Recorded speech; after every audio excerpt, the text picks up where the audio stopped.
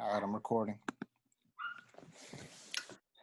Okay, guys, so I have a really special one today.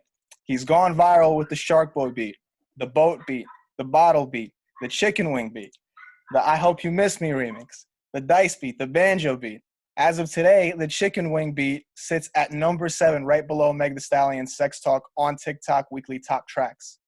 His beats have been used by virtually every big TikToker, including Addison Rae, Charlie D'Amelio, and Jason Derulo multiple times over, and even celebs outside of the music, like outside of TikTok and outside of the music, like LeBron James. The list goes on, but ladies and gentlemen, we got my good friend Ricky Desktop on the line. Mr. Ricky, welcome, brother. Thank you again for coming on, and bro, congratulations on all these great accomplishments. Thank you, brother. Thank you. My pleasure, man. How does it feel?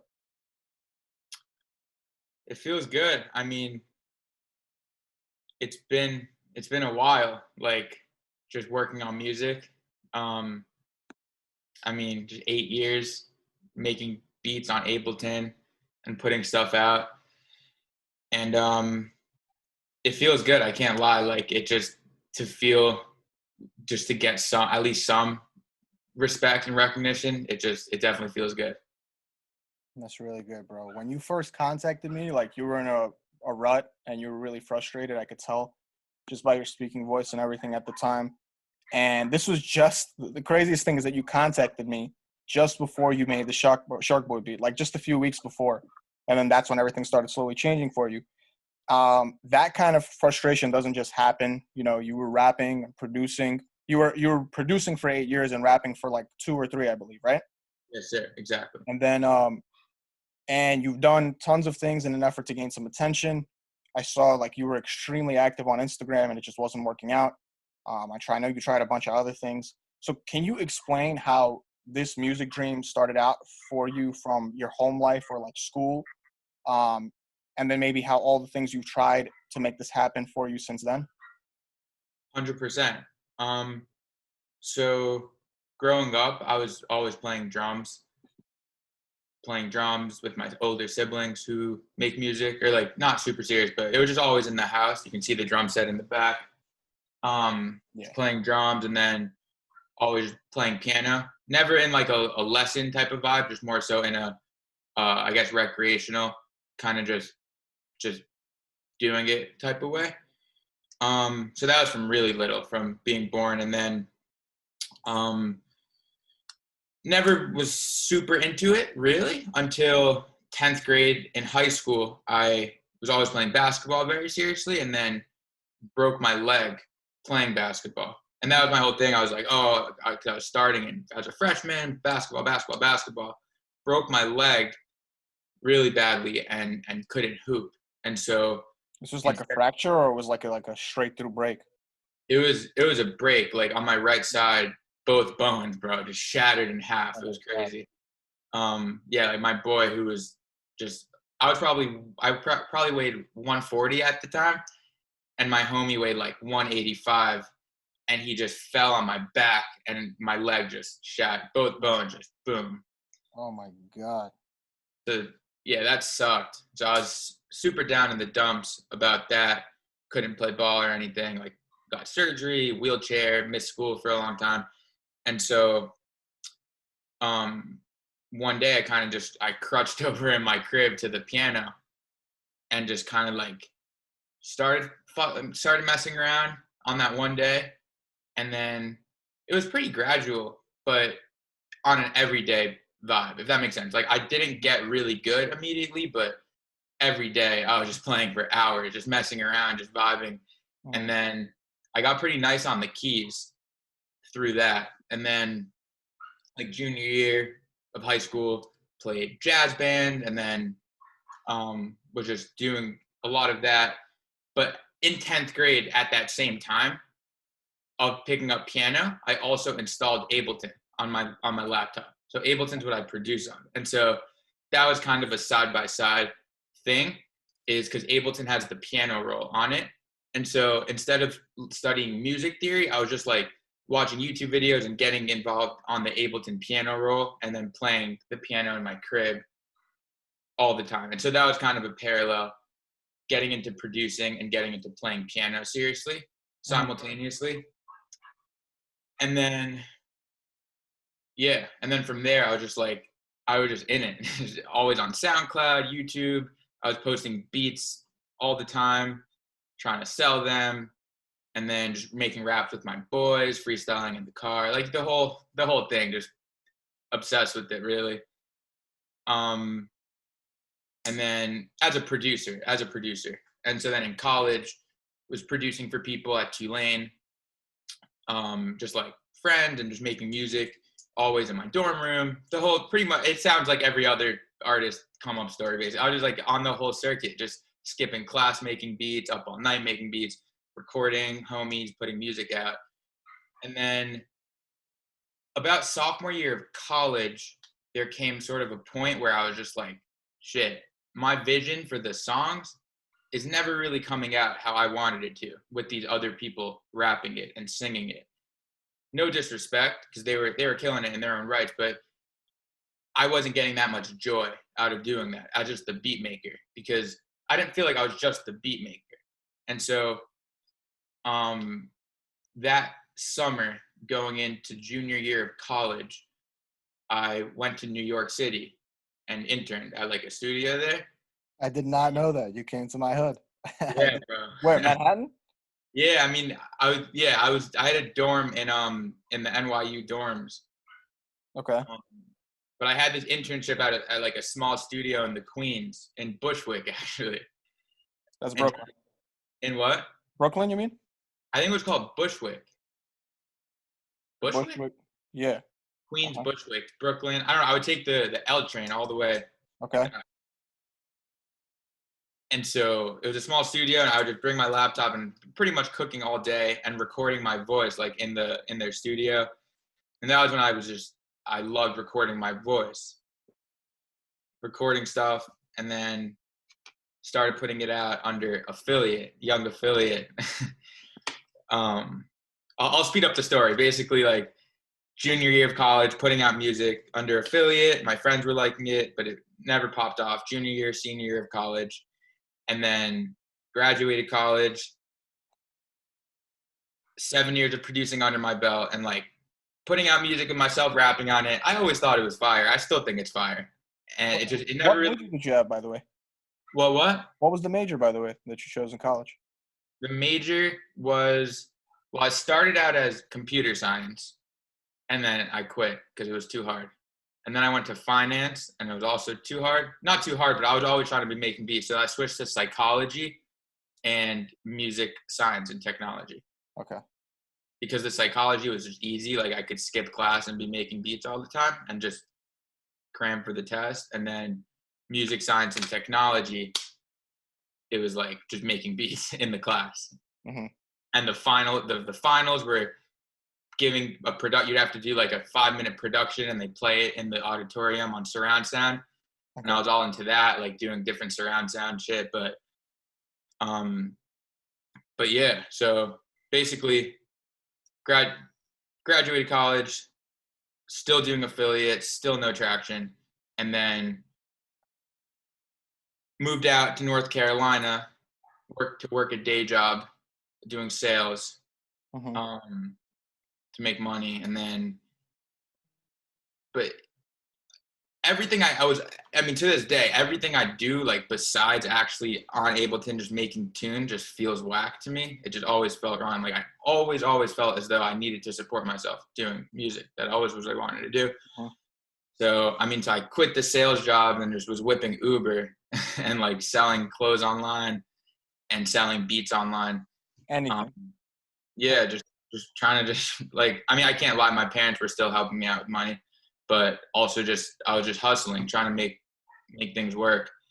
And then I saw a Gary Vee video saying, yo, if you're a musician and you're not on TikTok, you are crazy. Like that's what he said. He's like, bro, if you're a musician and you're not posting your stuff on TikTok, you are insane. And so basically I started going hard on TikTok, and I saw a niche that I felt I could fill, because like I saw all these viral dance challenges, and I was like, damn, I love that shit. I love listening to it. I think it's hard. I love watching the dances.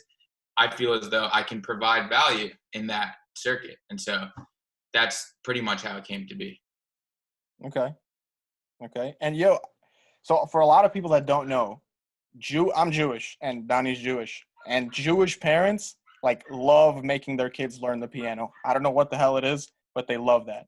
And it's interesting from what you told me. I thought you like took lessons for piano. So like all these instruments, you know a lot of instruments. You taught yourself everything? No lessons. Yeah, I went to Wow. one piano lesson in 3rd grade, and then I told my mom, I was like, yeah, this is not for me. I hate this. The lesson aspect. But I've been Did you jamming. ask her to take you? You were in 3rd grade. I'm sure she took you herself, right? I think it was, yeah, I think my sister was going. I think they were like, oh, let's see if little Donnie likes the piano lessons. And I was like, yeah, I hate this. But nah, it's always been just jamming, vibing, playing drums, beatboxing with my boys, freestyling, like just making stuff. I don't know. But never in a super music theory aspect way. Although I do at this point know a lot of music theory, but in just a enjoyable, kind of just fun way of just making fun shit. Mm-hmm. So would you say like what you went through was like a humbling experience and like that actually makes you like right now as of this moment go harder every Yeah, single day? 100%. I mean, it makes me it honestly makes me feel like, look, let's just say all this traction just stops and my Spotify streams go down and just everything just stops. Nothing would really change because I'm pretty much doing the same thing. I literally went 8 years of putting stuff out and getting zero attention for it. And I always felt like I was nice with it. I've always thought my stuff is fire, and no one ever else did until like a couple months ago. So it's just, yeah. To answer your question, I mean, yeah, I'm just going hard because I love it. I have this content. Like I want to just keep just providing the value. Yeah, man. Honestly, before TikTok, bro, I feel like there's so many people like you they grind and they go hard and they're good. And the platforms just they are greedy. I'm not even gonna front. Like you can learn how to advertise, but then your budgets are only so like limited, you know? So it's like I don't know. I feel like TikTok really opened the door for these platforms. It really showed that like we didn't realize how greedy Facebook was being or Instagram. We didn't realize. When TikTok came out, they exposed them. Like they embarrassed the shit out of them. They really did. Because it's pay to play over there. Yeah. And YouTube does give you organic reach, but it's starting to take that organic reach back as well. I don't know if you've noticed, but it really does. Right. So TikTok really exposed like what's going on. I mean, Social TikTok media is making it more competitive too. Right. I mean, TikTok is beautiful because it makes it possible for anyone, because anything you post, I'm pretty sure just gets on everyone, at least a few people's For You pages, and they're all strangers. I mean, I found you a couple months ago. You popped up on my For You page. I was like, yo, this guy's making fire content about the music industry. Let me see what's good with it. You know what I'm saying? It's just a crazy concept. It's a blessing of an app, for real. It really is. I mean, you hit me up when I had no clout and you had no clout. Like Yeah. we just started talking or whatever. You know, it's great, bro. I've never had that on a social media app where I just meet new people. But here I'm meeting new people left and right. Like I can't even count on my hands how many people I've gotten on the phone with just like this and have spoken to and gotten cool with. And I'm building my network. I don't know. I think it's beautiful. It's so valuable, bro. It's a positive app. I don't feel negative when I go on there. It's good. Right. So now before I get into like music and TikTok related questions, I've been doing like this segment with the other interviewers where I get them to react to a few negative comments I find on their videos. The reactions I got, so I've only done interviews with Stellar and Biddle before you, and they're not even released yet as of this moment. But the reactions were like freaking hilarious, and I wanted to have you to react to some of yours. Is that cool? Yeah, of course. That's funny. Bro, they're so funny. I found two. Hold on. Give me a second.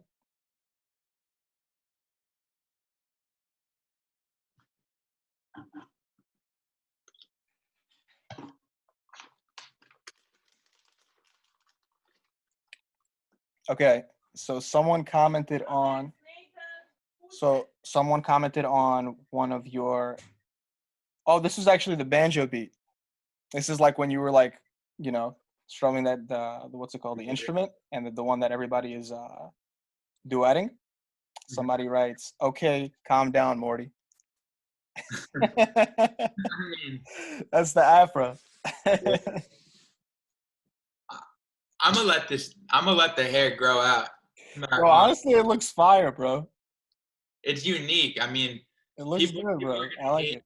but I like it. It's a unique look. That was kind of funny though. I like that. And then this other person writes, "Chefed up insinuates you made this. I immediately thought this was fraudulent because I have heard it elsewhere long ago." And I saw you you answered back to this guy. I mean the banjo beat loop. It's a I don't even know if it's a banjo. I think it might be some sort of Eastern instrument. But Ukulele? I what was that? Ukulele? No, I mean I was just doing the ukulele just to match the video with the audio, so it would look dope. Mm-hmm. But I think the OG instrument is some sort of Eastern string instrument. But I found it on a website called Looperman. I mean, look, I'm an OG producer. I'd be playing the keys. I just be making whatever feels right. And so if I find a loop that I think is hard, fuck yeah, I'm gonna use it. And so it's Looperman. It's Yeah, it's free. it's royalty. Yeah, Yeah, Looperman is royalty. commercially usable, royalty free. And so it's funny. It happens to be that loop also is on GarageBand Mm-hmm. as an Apple loop, but Did you know that? it's also royalty free. I heard the loop. I was like, yeah, that shit's hard. I'm gonna make a banger out of it. Yeah, I People mean, honestly, listen, you made it work. Like that loop's just been sitting there. Nobody's been using it. Nobody made anything out of it. Now it's actually being used for something good, you know? If I feel like playing keys is great and I think it's important, right? Because it adds this element of like having your own unique melody. But bro, you're behind the curve if you don't know how to, or if you don't use loops or you don't believe in them, because right. I just think sounds people that you never would have thought of using, but then when you hear them, you're like, yo, this shit is hard. It's a fucking like Eastern European instrument. Like that type of shit doesn't get love. Like, what are you gonna actually play that? No. right. So I thought that's great. Yeah. People I mean, people will enjoy putting things into boxes. Oh, bro, you're a loop producer. Oh no, you're like, bro, if you're just making tunes. I mean, the way I look at it is that I would just want to bring the most value to the world as I can. And so whatever, if it means me playing the keys or using the loop, it's like whatever comes out the most fire is what it is. Bro, and this challenge was born out of it that you weren't even expecting, where people started rapping over it. And That's people killed that shit. They killed it. bro. Conch killed that shit. Oh, Uh, yeah. who was that other dude that sounded like Ski Mask? He was one of the first people to do it. Lil Altoid. Yeah, he went viral with it. He killed it. He killed it. Yeah, we're talking. We might try to release it as a full song. Or I think I might try to put together. What I'm trying to do is put together a lot of the people who killed it and do a cipher kind of thing where you get all their verses on it. You're gonna hit up Conch? Yeah, I need to hit up Conch. I haven't yet, but I've hit up a few of the others. I haven't hit him up yet. I would say honestly, I think Conch is like, in my opinion, he's like one of the best on the app. He really is. I agree, bro. His voice, Yeah, his vocals are crazy. he's hard. I love it. Okay. So I know that you've had like some bittersweet victories with having viral beats using samples like the Shark Boy beat. And the "I Hope You Miss Me" remix. I saw your YouTube video on it. You were like really pissed off about that shit. No, how it feels. How have you navigated this, and like, what's your beat making process like now, and how is it different for TikTok versus how you used to just make beats when you weren't, so pressed on like making money or like, or having this go viral and not being able to make money off of it? How is that process different now? For sure. That's a fire question, honestly. So the Shark Boy beat was my first viral thing on TikTok, and it sort of came from this idea of what virality really means. And so there's a TED talk that I watched 6 months ago that my homie told me to watch. And that honestly shifted my mindset on everything. And so it's this dude named Emerson Sparks. So he created the website called MuggleNet, which is, it's like a Harry Potter fan fiction website, but the TED Talk, it's Emerson Smarts, and it's Emerson Sparks, and it's called Why Do Things Go Viral? And so one of the things he talks about is to make things go viral, you need a bit of, it needs to be familiar, or not always, but it helps if there's something that's familiar. And so that was with the Shark Boy thing. I was scrolling on my For You page. I saw someone made a video with just the OG Dream song, Dream a Dream, Get Us Out. And it kind of cleared. I was like, yo, I got to make a banger out of that. It feels like the right idea to do. So I did it. I made it. I added the beats in the right spot so that people could do the dance thing. And we'll talk about that later, but I pioneered the triple whoa thing where it's bum, bum, bum. I do that in all my beats and whatever. So like I did that. And the reason I didn't care about the sample was because I had gotten on a phone call with Tiags, who people be making comparisons to us, which I get because we both have a lot of viral TikTok sounds, but we're very different in terms of music. But he said, I was like, bro, how did you just post My Heart Went Oops on Spotify if you hadn't cleared the sample? And he said, bro, I just did. If they want to sue me, they can sue me later, but like, whatever.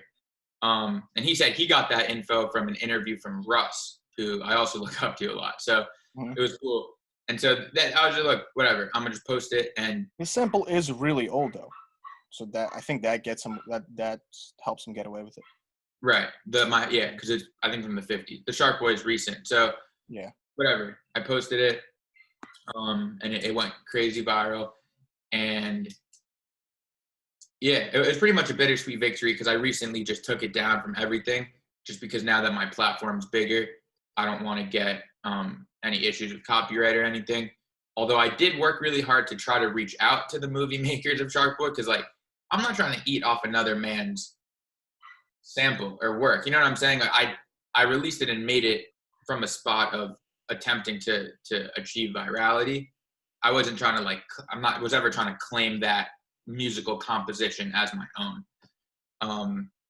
But I couldn't get a hold of them, so I just took it down. But overall, I mean, the Shark Boy beat proved to me that it was possible to get a viral sound on TikTok, basically. Mm-hmm. So like, what was the moment where you were like, okay, this is happening, like this is going viral? Like, what was that trigger? Like, did it happen right away, right when you posted it, or did it like snowball a little bit? You had to like push. It's crazy. It's honestly crazy thinking back to that time period. I mean, I was in a very just fight or flight mode of just trusting my gut and just, I guess, just processing, just perceiving what is working on the app, and then just trying to do it myself, basically. And so you can go, I mean, I know you know, but for anyone watching this, if you go to my TikTok, you scroll down to April, you'll see I posted that Shark Boy beat like probably 40 times, bro. I was just posting it and posting over and over a video of myself just vibing to it because I knew it was fire and I really believed that it should pop off. Like and I guess when people say the law of attraction or the manifesting thing, I guess that's kind of what I did. I mean, I felt that it deserved to go viral. And so I kept putting that energy out. I was like, yo, who's going to help me make this go viral? Who wants to make this go viral? And it went viral. And so there wasn't really a particular moment. I think because I believed from the beginning it was going to go viral, like kind of like, and then it happened. It was just, I was like, all right, yeah, I was right about that, to be honest. I noticed a recurring theme where the first viral piece of content in someone's catalog, like Tiags, you, and Biddle, all three of you guys told me that you reposted that first piece of viral content multiple times. You guys all did that. Yeah. Biddle posted, I think he posted this on Instagram. He didn't say this in our interview, but I saw it today.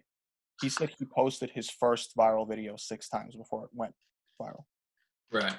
Tiags, that beat that he made, the Kylie Jenner beat. Right. Or was that was a song, whatever. That first piece of viral content, he posted that a lot, like tons and tons of times. Same thing happened with you. Yeah. I think And it's uh-huh. I think it's there's two reasons for it. I think almost as a symbol, if you're posting it a bunch, it's you really believe that it's fire and that it deserves to go viral.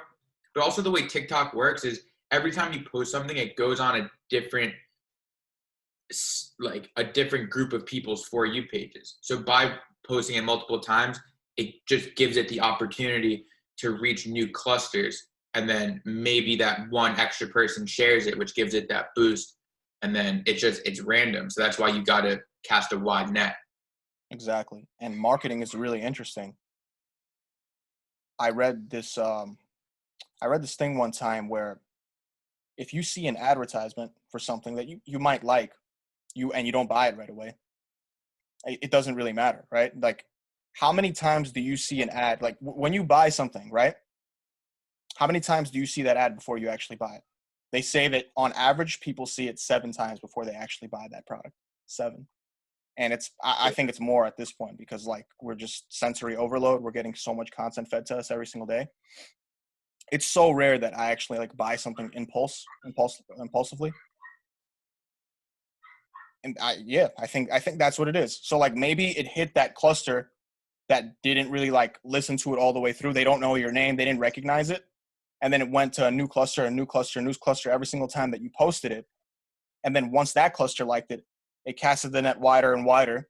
And then now I see, oh, my friends were dancing to that beat. Oh, okay, then it must be fire. I didn't like it, but now I like it. Exactly. Yeah, exactly. You know, it's interesting, bro.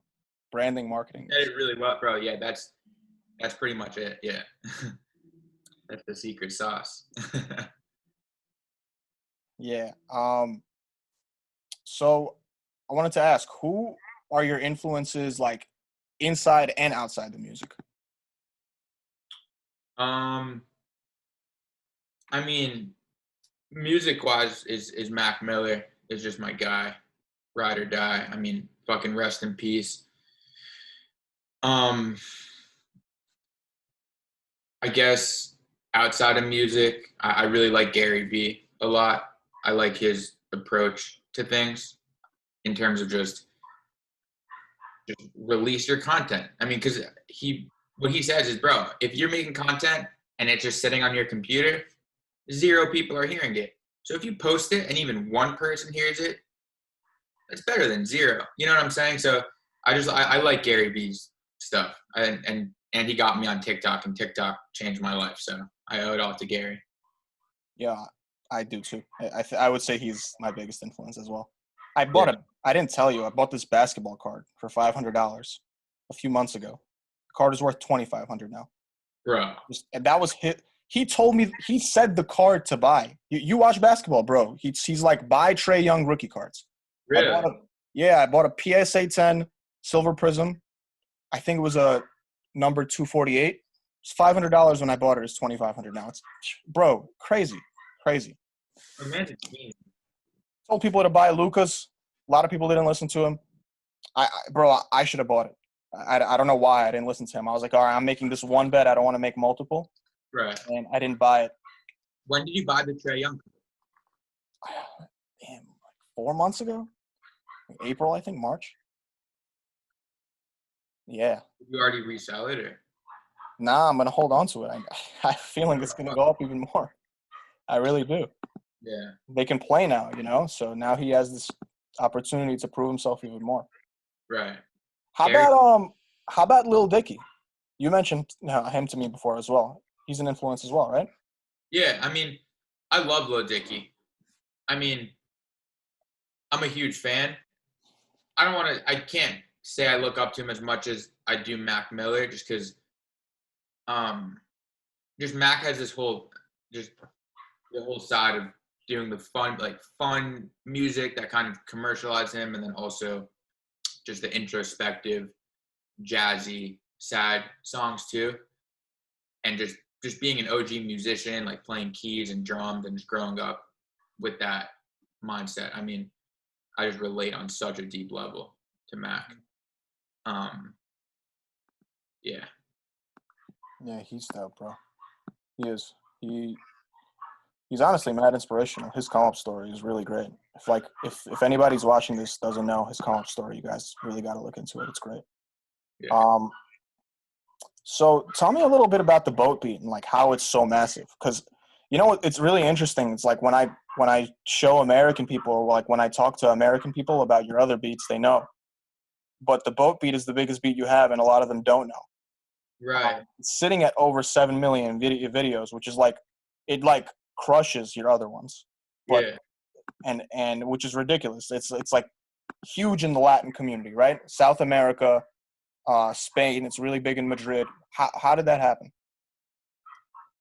I mean, I think the reason that it popped off so much in in different countries is because that's just my hypothesis. But I think when they are starting to learn English, they probably start with those nursery rhymes. You know, Mary had a little lamb and row your boat.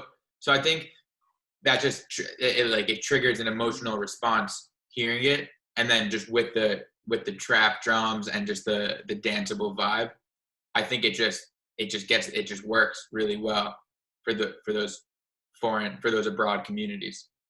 Wow, I never thought of that, bro. Yeah. No, I'm sure that like now that you're saying that, I'm sure that our nursery rhymes in English actually hit other countries. Because like here, our second language that we learn in school and high school is Spanish. In Right. other countries, in like every other country, it's English. Right. So, yeah, that's crazy, bro. Yeah. I didn't think I of didn't that. even think it was gonna get as many videos as it did. Um, it's funny. I mean, there gets a point where I stop pushing it, where I say like, look, I did what I had to do. I pulled Bigger my than weight. you already, right? Like Right. it comes out of your hands. Like you can't make it any bigger than it could get with Right. your own To the hands. point where me hyping it up when it's already viral, it's like it, it doesn't do anything. It does. So just look, let it run its course. But yeah, that one's crazy. I mean, 7 mil videos. That it blows my mind how much that popped off. To be honest. And you said it got on some radio stations as well in other countries too. Yeah, it's been getting a ton of radio streams in Italy for some reason. Hmm. Go figure, huh? Yeah, and usually a lot of these radio people don't want you to know this, but you have to pay for these radio placements. My guy didn't pay for this radio placement. He just got on. That's how viral the song is. Why? It's because your song makes that radio station popping. Your song is bigger than that radio station. You know what I mean? They'll get more advantage out of putting that song up versus you paying them. That's what Yeah, the people want.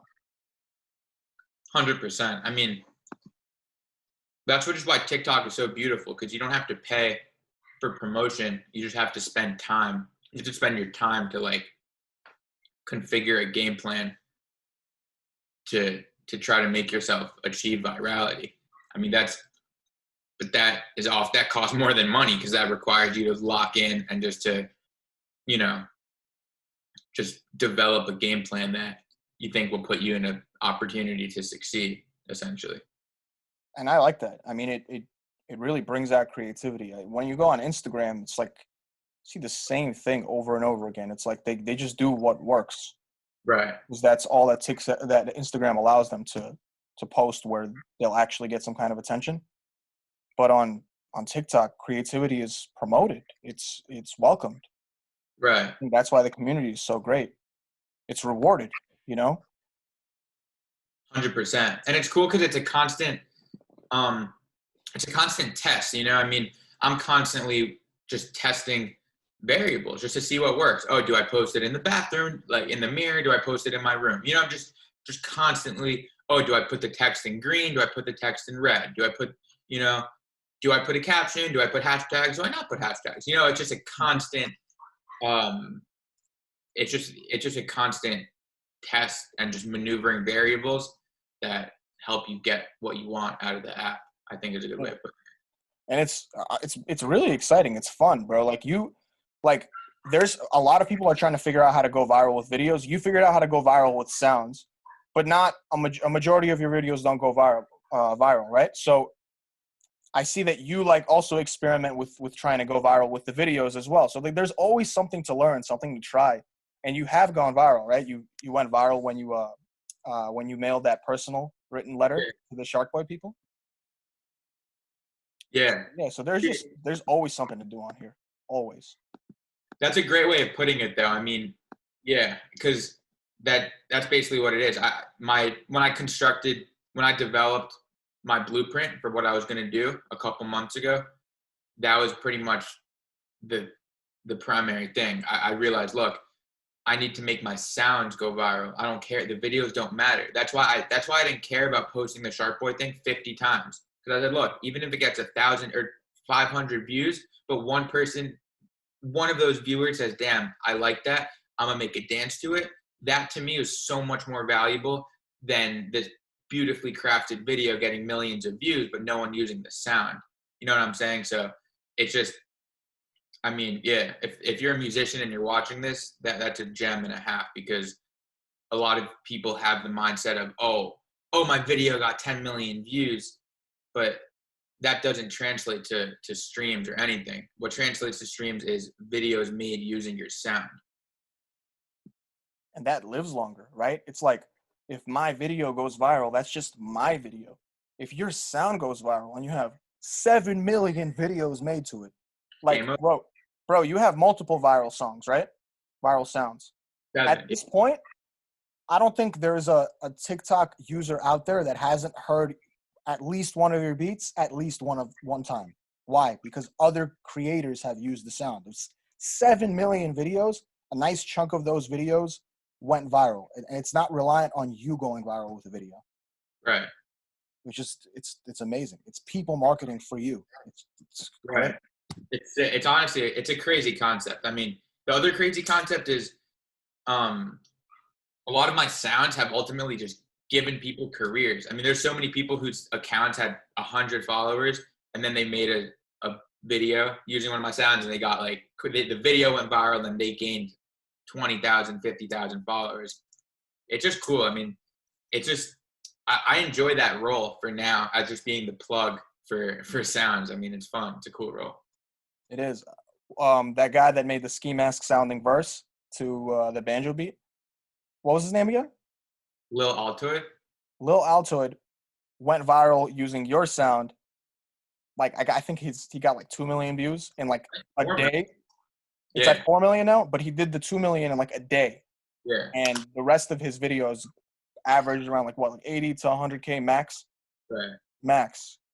Your sound with, I think it had 3,000 videos at the time made to it. It wasn't that viral yet. Mm-hmm. Got him that kind of result. It's insane. And going back to the point that you said earlier, where you're like, yo, I didn't care at the time when I posted it 40 times, because like I just, all I wanted was for new people to see it, for new people to hear it, for maybe the same people to hear it again, to use the sound. That was your goal in the beginning. Bro, one of those 1,000 people that might see it might be Addison Rae, and then she uses it, right? Like your Dice beat had, I think, 3,000 videos made to it. Charlie used it. Charlie used it twice. I mean, well, she used it when it had already had more videos, I think. Who used it first? Addison? Yeah. I know one of them used it really early, before it really popped off. It was one of the two of them. I actually don't remember, but I think it was Addison, because I was so happy, bro. Like, I always wanted her to dance to one of my beats, and when she did, I was like, hey, that's fine. Yeah, and it was early, bro. The videos, the sound was still in its infancy. I think you had dropped it just a few days before she used the sound. Right. Great. All right, bro. Last question. Where does Ricky Desktop see himself within 5 to 10 years, and what does he hope to accomplish? I think Ricky Desktop sees himself just continuing to create content and just releasing it. I mean,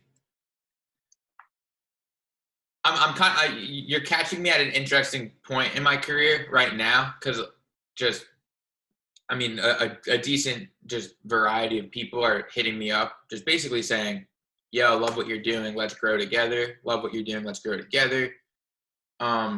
I'm saying people at, music industry people, labels and stuff. But so it, viewing, I mean, they see my Spotify numbers, they see my viral beats on TikTok. That's I stand by these beats. I think they're fire. I bump them all the time.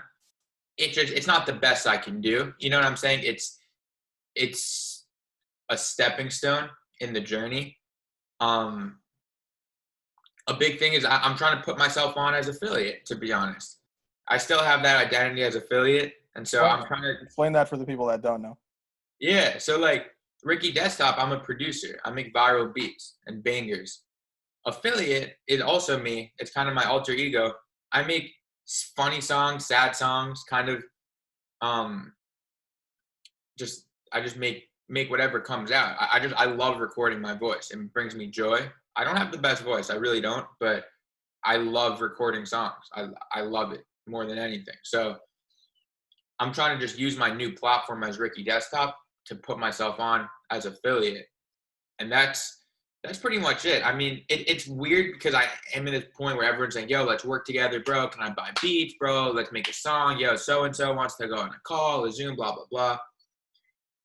And so I'm just trying to balance like being closed-minded because I just want to put myself on as affiliate versus being open-minded and maybe try to craft a hit with some sort of big artist. But the last thing I want to say is just the TikTok community has done so much for me that I would like to be able to put on some of these rappers in the TikTok community. And so that's why I'm trying to put together this banjo beat cipher and just build up. Like, you know, Lil Altoid, I think he's fire. I think he's really fire. I would love to be able to help boost his career. And there's a bunch of these rappers on TikTok that I think I would maybe, instead of me crossing over into the mainstream through a label, I think what I'm sort of planning on doing is kind of just continuing to build my brand and build up and kind of, I don't want to say bring these TikTok rappers into the mainstream because that's not really what I mean, but I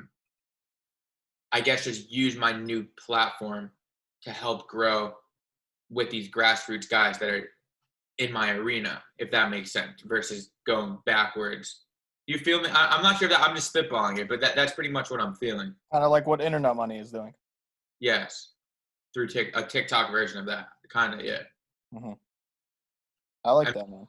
And it's working. It worked with Lil Altoid, and it's working with a lot of them. There was another guy that I forgot. I don't know what his name is either. He was like saying "water, water" in his freestyle.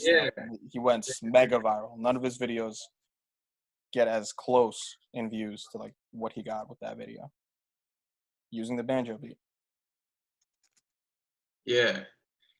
Last thing I want to say is just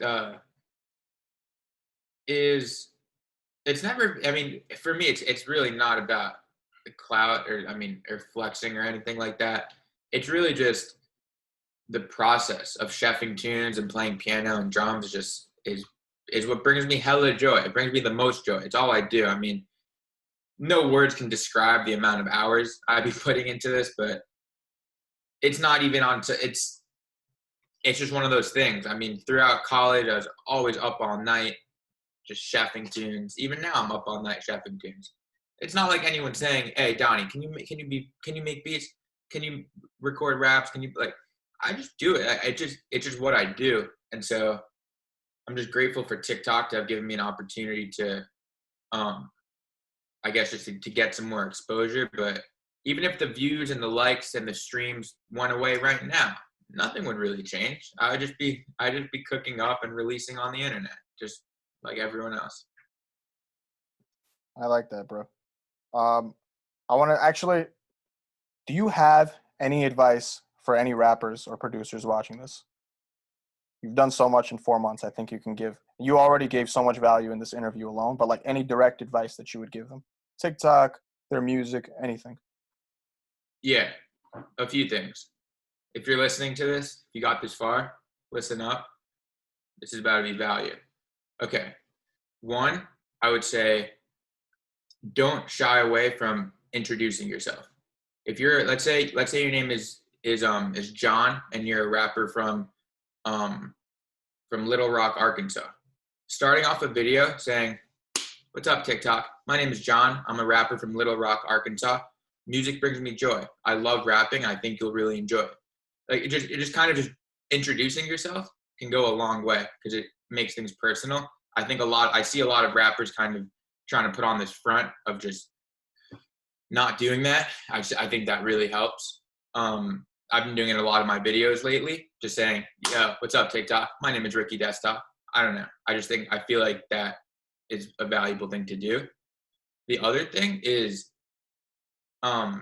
detach from the result, bro. This is so important. Is if you get so insecure and caught up about the numbers and the views and the likes and the streams, it's gonna mess with your head, and you can't control that. You know what I'm saying? You literally, if you want to go buy followers and buy streams or buy fucking playlist placements. I mean, look, no disrespect to buying playlist placements. I know people do that, but that's just artificially buying numbers.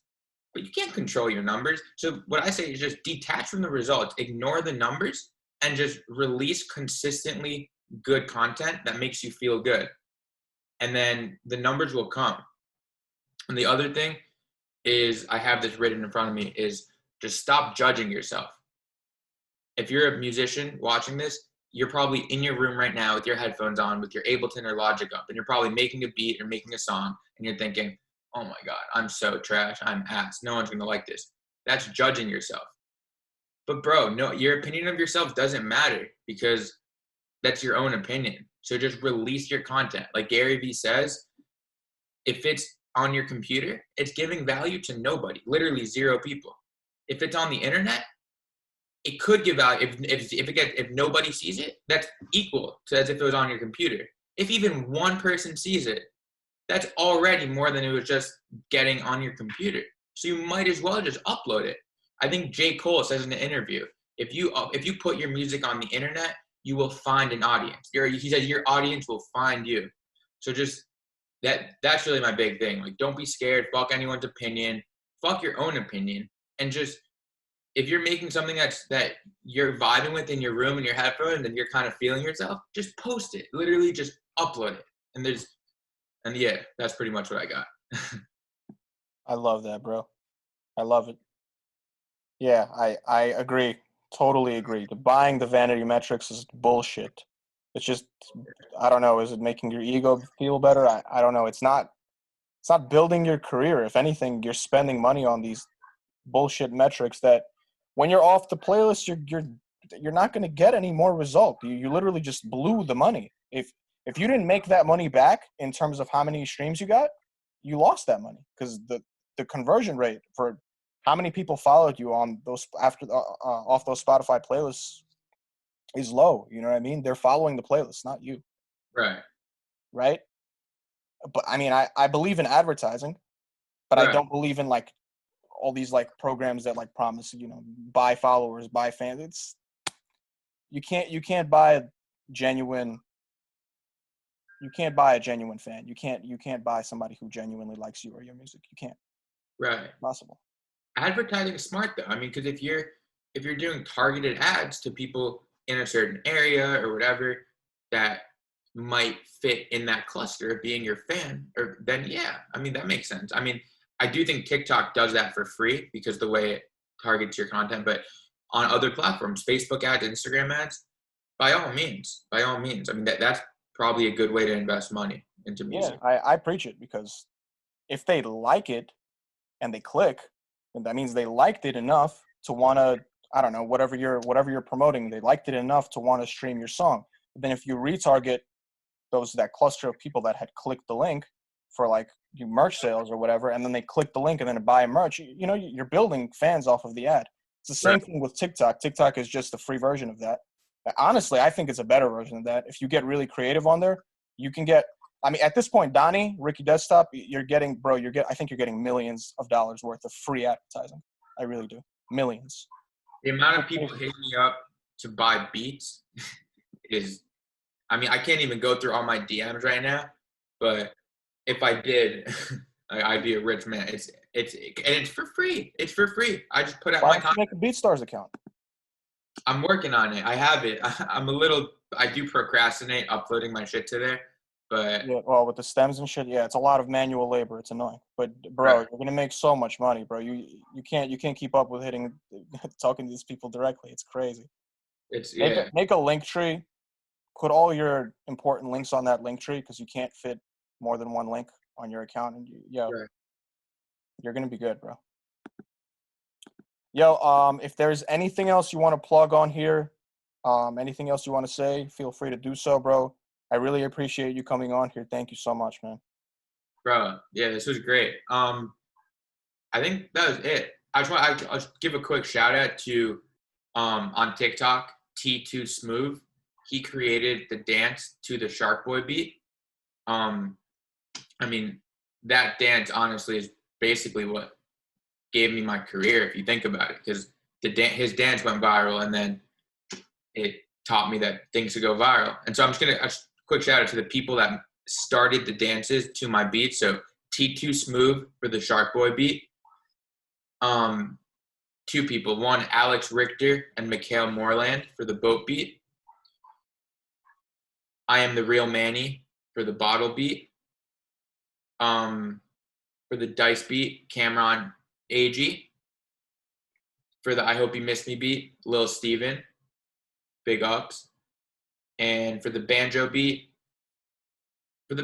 everyone, honestly. I mean, everyone rapping, Lil Altoid, the Ugly Boys, Conj, Spencer, Whole Lot of Miles. I mean, that's just big love to the TikTok creative community. I mean, y'all are the best. And if you're watching me, if you're a supporter of what I'm doing, Ricky Desktop, thank you a lot.